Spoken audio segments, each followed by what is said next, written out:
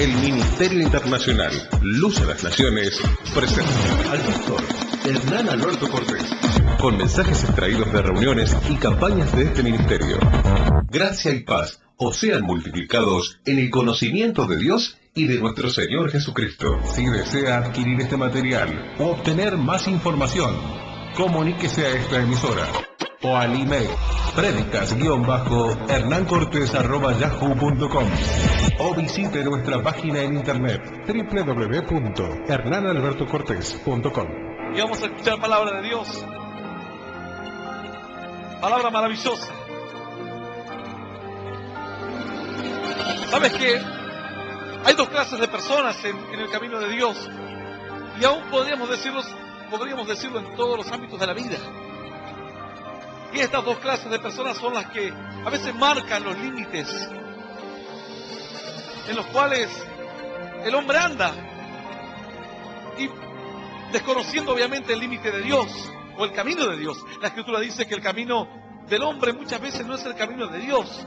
Y así como son más altos los cielos que la tierra, dice el Señor, así son más altos mis caminos, más altos que los vuestros. Sin embargo, cuando una persona se acerca a los caminos de Dios, comienza a entrar como en un dilema. Señor, ¿dónde están tus límites? ¿Hasta dónde voy yo y hasta dónde vas tú? ¿Qué es lo que debes hacer tú y qué es lo que voy a hacer yo? Dice la Escritura que en la iglesia primitiva ocurrió que el apóstol Pablo comenzó a decirle a la iglesia, saben que la venida de Cristo está cerca. Entonces ellos dijeron, si Cristo viene pronto, no trabajamos más. Si Cristo viene ahora, ¿para qué me voy a poner a arreglar mi casa? ¿Para qué me voy a cortar el pelo? ¿Para qué me voy a vestir bien? Si Cristo viene ya, no me voy a poner a estudiar, no voy a emprender ningún negocio, no voy a hacer nada. Entonces llegó a tal condición que se había creado como un espíritu en medio de ellos. Todos esperaban que Dios viniese, y iban pasando los meses, iban pasando los años, y ellos iban viendo que entonces iban empobreciéndose y que habían malinterpretado el camino de Dios y los tiempos del Señor. Claro que Cristo va a venir. Usted sabe, pastor, cuándo va a venir el Señor. La Biblia dice que ni aun los ángeles del cielo saben ni el día ni la hora. Si escuchas a algún predicador sobre la faz de la tierra que dice que sabe qué día va a venir el Señor, pues miente. Porque la Escritura dice que esta resolución y esta decisión el Padre solamente la dejó sujeta a su propia potestad. Nadie más lo sabe. No lo saben los ángeles del cielo siquiera. Nadie, excepto el Señor. Y dice la Escritura que a veces el Señor retrasa sus tiempos por amor a sus hijos. Que algunos piensan y dicen, ¿cuándo va a venir el Señor? Pero para el Señor un día es como 1000 años y 1000 años como un día. Los tiempos de Dios no son nuestros tiempos. Para nosotros 200 años es muchísimo. 1000 años es 10 vidas. Pero para el Señor no.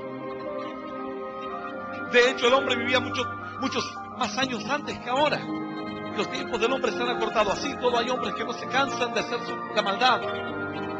No se cansan de andar en sus tropiezos y de dañar a cuantas personas se le cruzan el camino durante toda su vida. La Escritura dice que los patriarcas vivían, o los primeros hombres, mejor dicho, vivían 500 años, 800 años. La Escritura dice entonces que los días del Señor, en los tiempos en que el Señor venga, serán tiempos en que nadie se lo espera. Cuanto nadie se imagine que va a venir el reino de los cielos, pues ahí vendrá, sorprendiendo a todo el mundo. Estos se habían confundido esperando que el tiempo del Señor se había acercado tanto. Ellos decían, vendrá el mes que viene o el año que viene. ¿Y para qué voy a invertir en mi futuro? ¿Para qué voy a trabajar? ¿Para qué incluso voy a predicar? Si de todas maneras el Señor ya sabe a quién va a salvar y a quién no. Pues tuvo otra vez el apóstol Pablo que hablarles y decirles, ustedes no entienden el mensaje de Dios. La Biblia dice, bienaventurado el varón que cuando su Señor venga, lo encuentre trabajando, lo encuentre andando y esforzándose para el reino de los cielos, cumpliendo la tarea y cumpliendo el propósito. Pues hay dos clases de personas.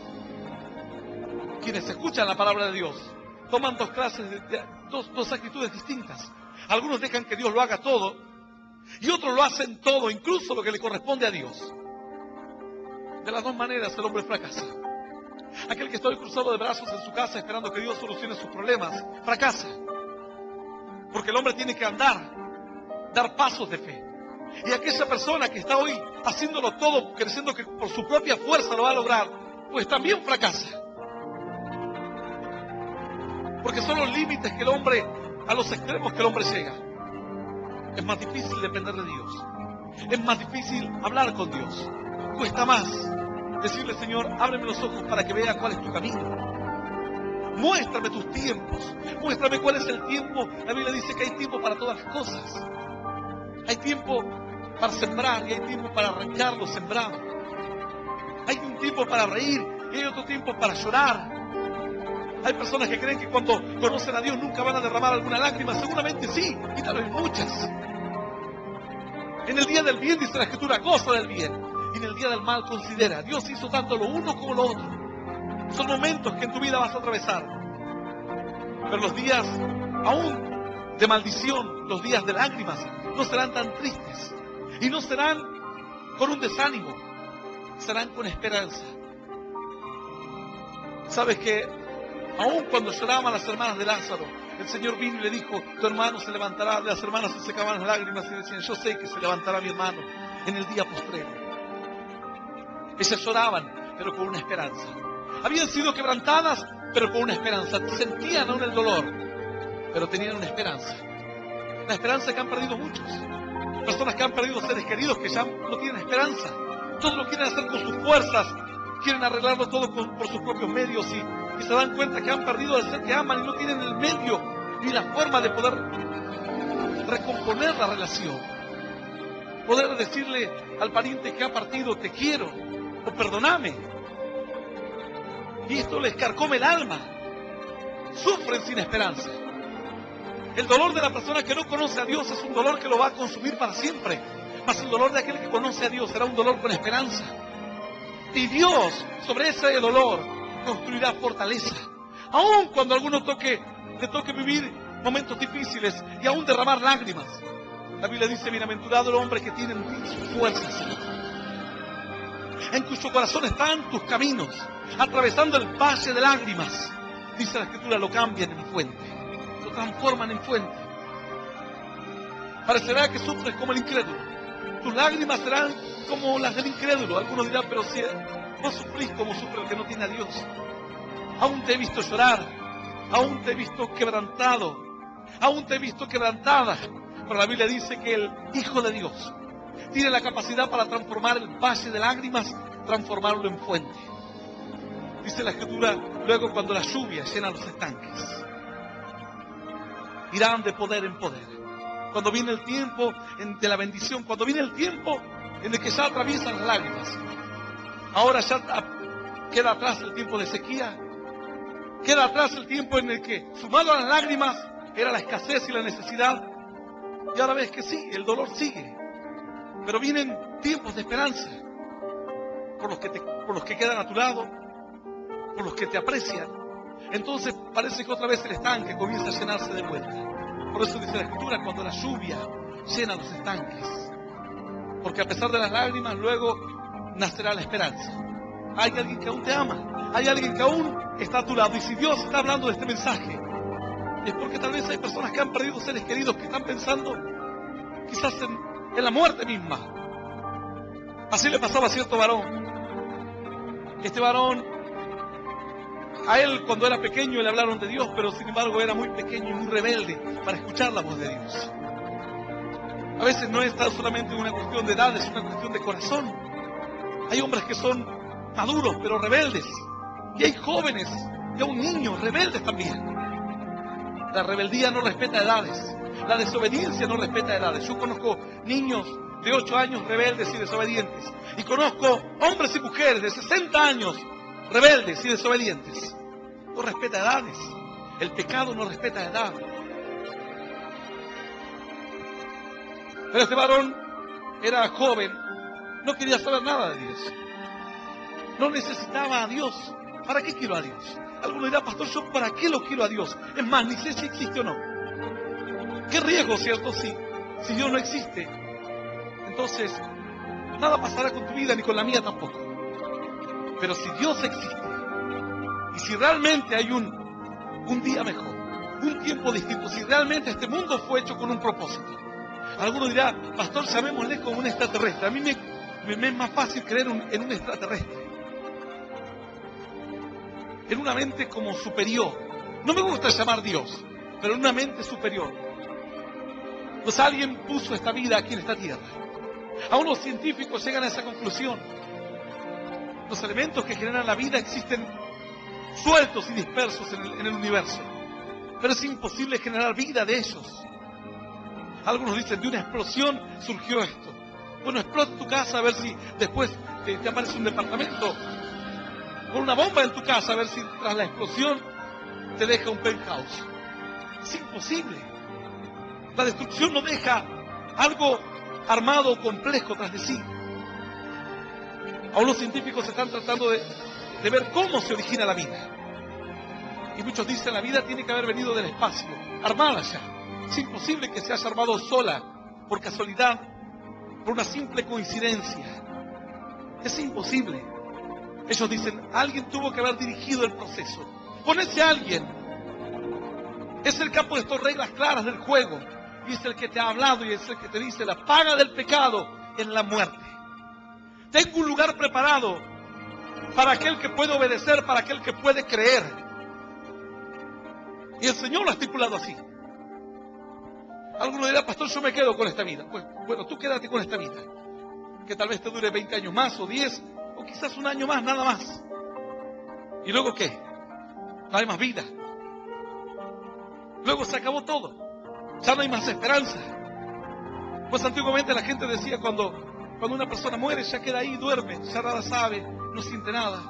Nosotros dijeron, no, nosotros creemos que hay un mundo más allá.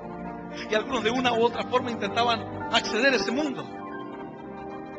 El Señor dijo que a Él le agradó salvar a la gente por la locura de la fe. Que solamente aquel que crea. Porque Dios sí decía, aquel que sea rico, solamente los ricos serían salvos. Aquel que sea hermoso, solamente los hermosos serían salvos. Aquella persona inteligente, entonces solo los inteligentes serían salvos. Pero Dios dijo, tiene que ser algo que esté accesible a todos, que cualquiera pueda tomarlo. Así como el aire, cualquiera puede tomarlo. El mismo aire respira el rico y el pobre, el inteligente y el necio. Y Dios dijo, será por la fe. El que crea. Y sabes que el Señor dio muestras de ello. Le dijo a Moisés, hazte una serpiente de bronce, y aquel que cuando tenga una picadura mire la serpiente, si él cree, será sanado, será salvo. Porque el veneno significaba muerte. Pues de esta manera el Señor eligió salvarte por medio de la fe. A algunos les gusta llamarme una mente superior, sin embargo nosotros sabemos que es un Dios, el alfa y el omega, el principio y el fin, el primero y el último. Y hay personas que dicen, yo no necesito a Dios. Dice el necio en su corazón, no hay Dios. No hay Dios. Ahora, vos le decís, pero supongamos que en los bosques viven enanos verdes, duendes. Ah, sí, mi tía me dijo que una vez un primo le contó que un conocido que vivía al lado de ella tenía un amigo y vio un duende. Y en eso sí crees. No quieres creer en Dios, pero vas a ir a un curandero para que te curen el empacho. Para que te den una tira roja contra la envidia. Hombre grande, inteligente, piensa que un trapo rojo le va a evitar de algo. Y yo he visto, ¿sabes cuántos autos he visto volcados o hechos pedazos colgando con una cinta roja? Lo que no lo hizo la envidia, lo hizo un accidente de tránsito. El hombre piensa que no necesita a Dios, que no hace falta en su vida a Dios. Él dice, yo me las voy a ingeniar por mí mismo, con mi propia prudencia, con mi propia sabiduría. Dice el libro de los Salmos, capítulo 147, verso 10. Y vamos a leer esta palabra. Vamos a comenzar leyendo desde el versículo 8 en adelante y leemos esta palabra en el nombre del Padre, del Hijo y del Espíritu Santo. ¿Cuántos pueden decir amén? ¿Y cuántos pueden darle un fuerte aplauso a Dios? ¡Aleluya! ¡Ya, aleluya! ¡Claro que sí! Es bueno el Señor. Dice la Escritura, Él es quien cubre de nubes los cielos, el que prepara la lluvia para la tierra, el que hace a los montes producir hierba. Él da a la bestia su mantenimiento y a los hijos de los cuervos que claman. No se deleita en la fuerza del caballo, ni se complace en la agilidad del hombre. Se complace Jehová en los que le temen, y en los que esperan en su misericordia. Esta es palabra viva y poderosa de parte de Dios. Y a la palabra de Dios la vamos a recibir con un aplauso glorioso. Glorioso y más glorioso todavía. Aleluya. Santo es Dios. Dios da como dos mensajes en estos versículos. Primero Dios comienza hablando y dice: Él es el que cubre los cielos de nubes. Algunos dirán: pastor, que a mí esas cosas como que no las entiendo. ¿Qué tiene que ver las nubes con mi vida? ¿Qué tiene que ver? Si la tierra hoy fuese sacudida y comenzase a tragarse hombres y ciudades completas, y un maremoto comenzase a arrasar con tu ciudad, te darías cuenta que necesitas que alguien ponga en equilibrio la naturaleza. Te darías cuenta de cómo aquellas personas que han enfrentado sequías de años, de 10 años, de 7 años, de 8 años, sumado a la sequía, las pestes, como consecuencia de ellas, empezaron a clamar diciendo: si hay un Dios en los cielos, queremos que nos mande lluvia. Así, cuando fui a cierto pueblo, el pueblo estaba deprimido. Nosotros íbamos a comprar un terreno para plantar una iglesia. De hecho, la iglesia está levantada allá y estamos haciendo reuniones ahí. Y cuando llegué a aquel lugar decía: es que el pueblo está mal, necesitamos lluvia que venga de los cielos. Yo le decía a esta persona: pues oraremos por lluvia. Tiene que creer ustedes. ¿Sabes? Doctores, ingenieros, arquitectos, abogados, políticos, intendentes, concejales, comerciantes, empresarios, ganaderos, todos miraban cada día los cielos. No es importante las nubes en los cielos, ¿cierto? Pues ellos miraban todos los días al horizonte y decían: y esta sequía pinta para más, decían. Nosotros le dijimos: hay que orar para que los cielos se abran. Elías oró. Dice la Escritura que Elías era un varón sujeto a pasiones similares a las nuestras, un hombre de carne y hueso. Mas Elías oró y dice que el cielo se cerró. Y luego volvió a orar y los cielos se abrieron y derramaron sus lluvias. Cuando nosotros nos fuimos, comenzamos a ver nubes que se venían hacia esa ciudad. Yo luego no le pregunté a los hermanos, creo que después de las semanas me contaron que habían comenzado lluvias. Pero yo iba viajando por la ruta y miraba al espejo y veía que nubes se acercaban. Yo le decía: mirá, hay nubes. ¿Y hace cuánto que esta gente no ve nubes siquiera? Pues yo me fui con una esperanza. No sé de ellos. El que no tiene a Dios no tiene esperanza. Dios comienza hablando este mensaje diciendo: Él es quien cubre de nubes los cielos. No puede, para algunos no significará nada, pero para aquella persona que depende del campo, sí. Para aquel que dice: ¿por qué aumentó el pan? Porque hay sequías, porque no hay buenas cosechas. Y no hay buenas cosechas porque no hay buenas nubes en los cielos. Y volvemos exactamente a lo mismo. Depende de que de los cielos venga la bendición. Cuando Dios habla solamente de las nubes, Dios no puede hacer una lista de todo lo que Él hace por esta tierra. Esta tierra está en un lugar, en todo el universo. Algunos dirán: pastor, a veces es un poco complejo lo que usted habla, pero es importante que lo entiendas. Dentro de los millones y millones y millones de galaxias que hay, y dentro de una galaxia hay millones y millones de estrellas, sería algo infinito poder entenderlo con la mente. Pero tan solamente en nuestra galaxia, si nuestro sistema planetario estuviese un poquito más cerca, no soportaría. Estaríamos muy cerca del centro de la galaxia. Si estuviésemos muy lejos, tampoco sería bueno para la vida del hombre. Y donde está el sistema solar es el lugar perfecto. Algunos dirán: pastor, eso no entiendo mucho. La Tierra, si la Tierra estuviese un poco más cerca del Sol, sería imposible la vida aquí en la Tierra. Algunos dirán: pastor, pero somos inteligentes. No hay inteligencia que valga, amigo. Si la Tierra estuviese cerca del Sol, sería imposible cualquier clase de vida aquí en la Tierra. Si estuviese un poco más lejos del Sol, tendríamos temperaturas que congelarían hasta el pensamiento. Estamos en el lugar donde tenemos que estar. Es un balance muy delicado que ocurrió solo en esta tierra, donde se originó la vida. Algunos dirán, pastores, que esa mente superior miró el planeta y dijo, acá van a poder vivir. Si los pongo un poco más lejos, se mueren. Si los pongo muy cerca, se queman. Esa inteligencia superior es Dios. Dios buscó el lugar y puso al hombre sobre la faz de la tierra. Y dijo, hagamos al hombre conforme a nuestra imagen y según nuestra semejanza. Para que el hombre sea dueño de toda la creación. Mas el hombre le dio la espalda a Dios. Y empezó a tratar de ingeniárselas por sus propios medios, por su propia fuerza. Él dijo, la tierra siempre va a dar su fruto. Y Dios le dijo, no, estás equivocado. Hay gente que dice, pastor, usted tiene una semilla y otra y otra y otra, y la tierra siempre produce. Estás equivocado. Aún la gente que trabaja en el campo tiene que dejar reposar la tierra, porque la tierra termina lavándose y termina perdiendo su fuerza. El Señor le dijo al hombre, ¿sabes qué? Ahora la tierra, por cuanto has pecado, no te dará más su fuerza.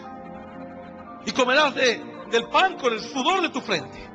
Y tendrás que labrar la tierra. Y tendrás que trabajar la tierra. O sea, no será natural lo que nace. Para algunas personas dice, pastor, yo a veces hay cosas que me cuestan entender. ¿Sabes cuál es la casualidad de este versículo con la realidad de la vida? Alguno dirá, pastor, a ver, trate de hacerme entender qué quiere decir eso. De que la tierra ya no es la misma que la que era antes. Y que ahora no tiene la fuerza y que ahora la tierra está como en una maldición. Si todavía hay bosques hermosos, lugares y selvas. Tú tomas una semilla de un árbol de fruto y la tiras en medio de la selva. Seguramente crecerán las otras plantas. Tú tomas una semilla de rosas y la tiras en un baldío. Las otras plantas la ahogarán porque son más fuertes. El yuyo, la mata, la rama silvestre es más fuerte. En cualquier parte del mundo ocurre así. Lo silvestre, lo que no da fruto, lo que no es apreciable a los ojos, lo que no es hermoso, es más fuerte y es más aguerrido. Los cardos pueden subsistir en cualquier parte del mundo. Aquí en nuestra Patagonia hay plantas que soportan ráfagas de 200 kilómetros por hora, temperaturas de 30 grados bajo cero. Y vas año a año, nadie las riega, nadie las cuida, nadie las mira. Y ahí están. Y ahí están. ¿Y por qué la planta de fruto es tan delicada? ¿Por qué las plantas que dan flores hermosas son tan delicadas? Ese es un eco y un rastro de la maldición que cayó sobre la faz de la tierra. Lo malo crece fácil. Lo bueno hay que cuidarlo, hay que protegerlo, hay que sembrarlo, hay que cultivarlo. Sin embargo, antes no era así. Porque antes dice que Adán entraba al huerto y comía lo que él quería, podía comer.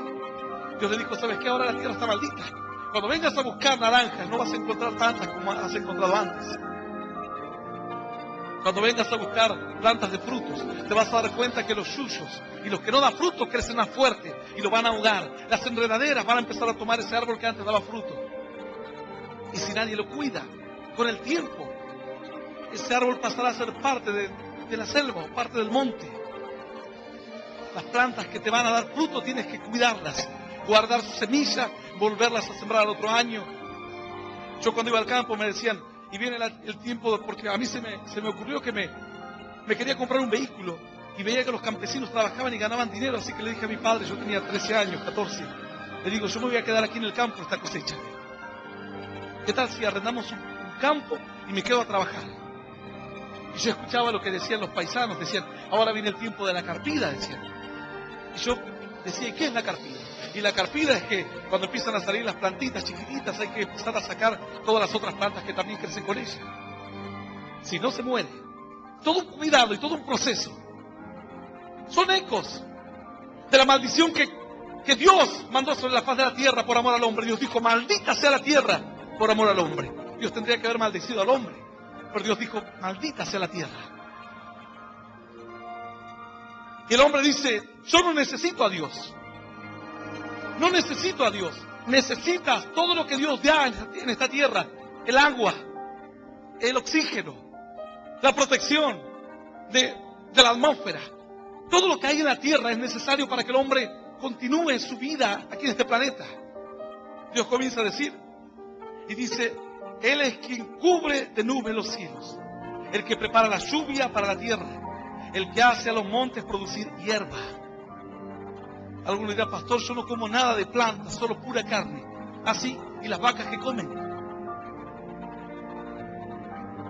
Entonces, tú puedes ser un carnívoro declarado, pero esos animales que vas a comer se nutren de algo y necesitan la hierba, la planta, la semilla para poder alimentarse.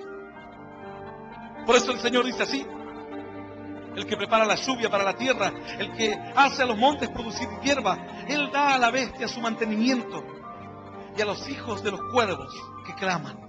Él le provee todo, como diciendo Dios, ¿sabes qué? Los animales dependen de mí. Y no le cuestionan a Dios. Los animales necesitan de mí. Pero luego Dios dice, hablándole al hombre, no se deleita en la fuerza del caballo, ni se complace en la agilidad del hombre. Se complace Jehová en los que le temen, en los que esperan en su misericordia. La actitud que el hombre debe tener para encontrar bendición. Dice el necio en su corazón, no hay Dios, no necesito a Dios. Bueno, este joven que iba a la escuela, era un joven que la madre iba a la iglesia. Él era un joven pequeño, un niño prácticamente cuando su madre comenzó a ir a la iglesia, pero él no necesitaba a Dios. Creció, se hizo hombre, con todos los planes, con todo lo que él soñó hacer en su vida. No necesitó a Dios, tenía salud, tenía trabajo, consiguió esposa, tuvo hijos, no necesitó a Dios. Qué tremendo, los animales necesitan a Dios, los cuervos, las bestias del campo.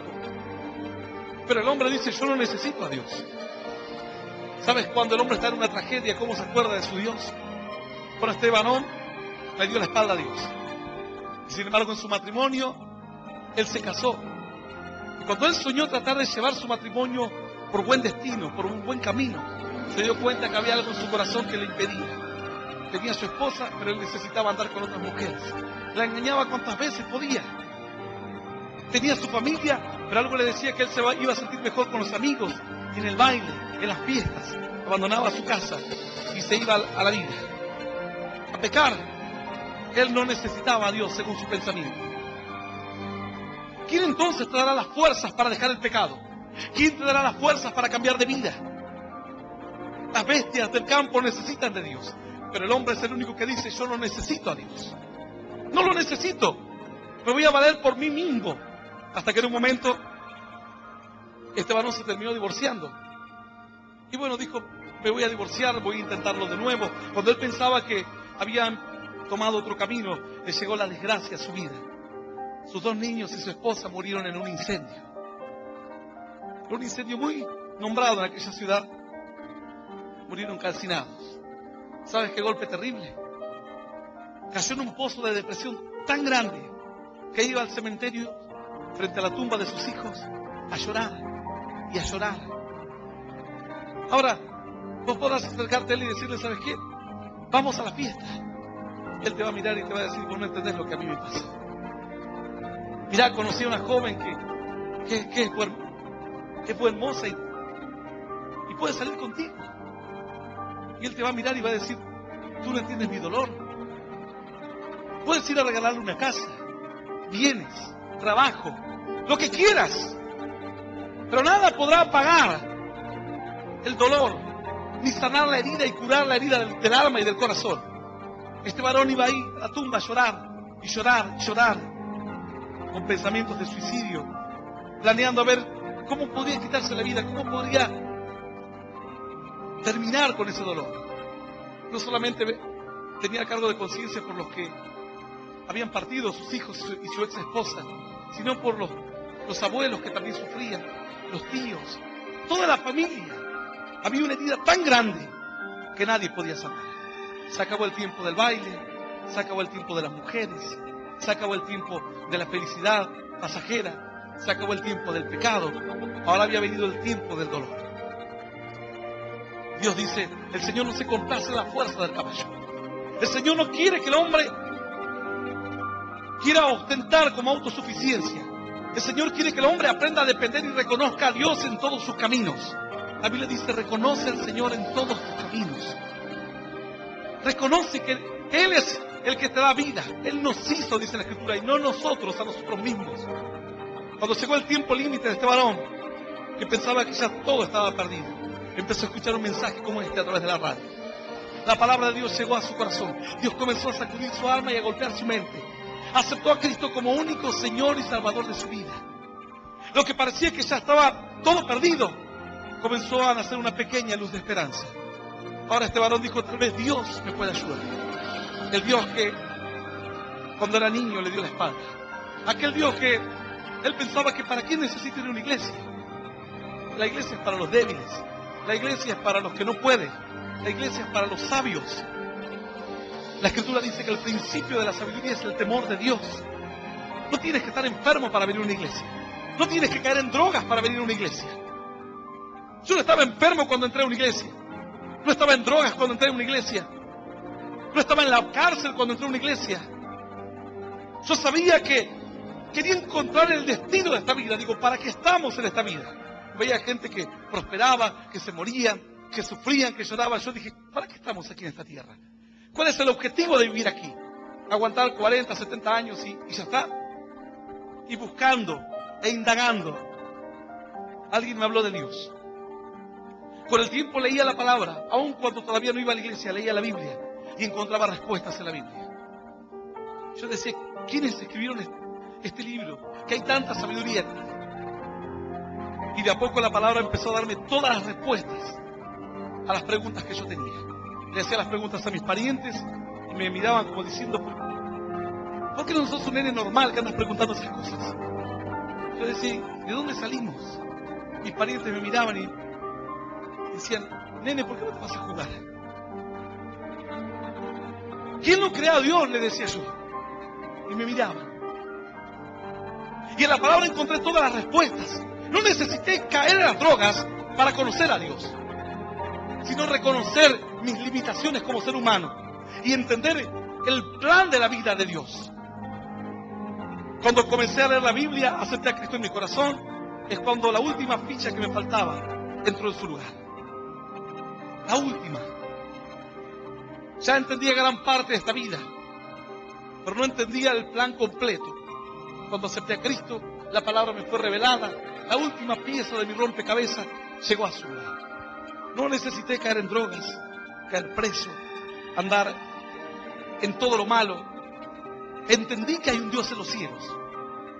Hay personas que dicen, bueno, cuando esté mal voy a ir a la iglesia. Cuando estés mal, ¿cuál será el precio que tienes que pagar? 2 hijos, una familia, 2 familias, un cáncer, una leucemia. ¿Cuál será el precio que tienes que pagar? ¿No puede tu corazón meditar hoy en la palabra y decir, Señor, así como los animales dependen de ti, yo quiero depender de ti? Entender que tú me has creado. Este varón finalmente escuchó la palabra, aceptó a Cristo en su corazón, entró en la iglesia, su vida cambió, luego se volvió a casar y el otro día estaba parado aquí donde yo estoy parado, diciendo, Dios me ha cambiado la vida. Hoy puedo anunciarle a otros que hay un Dios en los cielos. ¡Aleluya! ¡Y aleluya!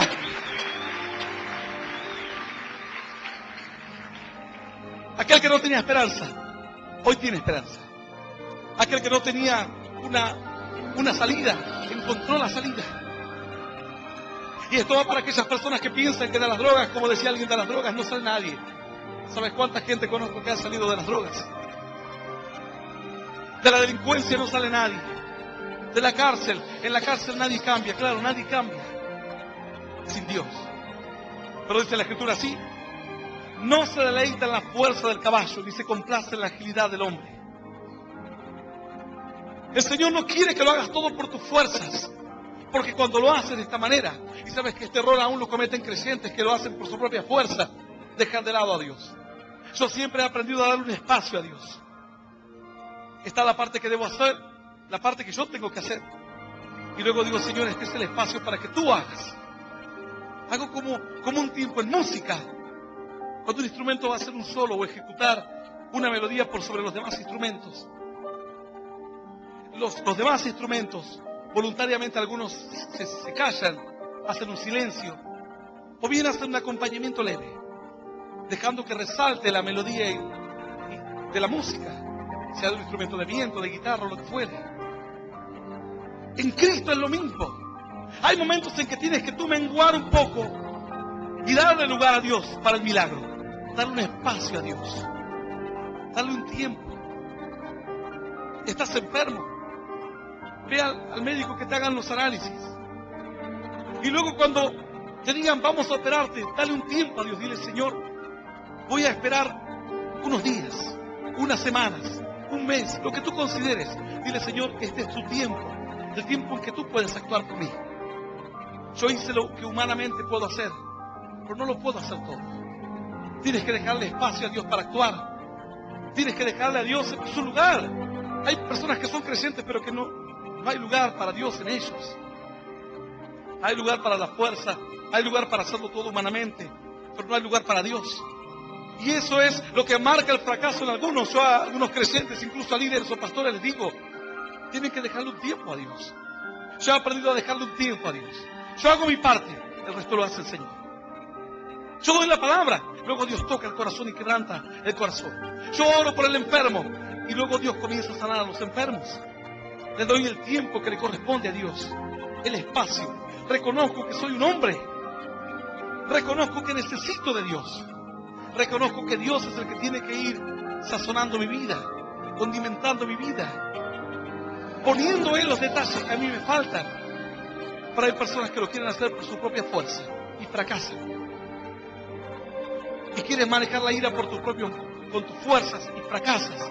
Y tienes que entrar a la presencia de Dios. Así decía cierto hombre. Yo me preguntaba acerca de por qué los malos prosperan. Yo me preguntaba por qué a veces a aquel que hace pecado, aquel que estafa, que delinque, le va todo bien. Aquel que roba, aquel que mata, parece que no sufre. No tiene cáncer, no le agarra nada malo.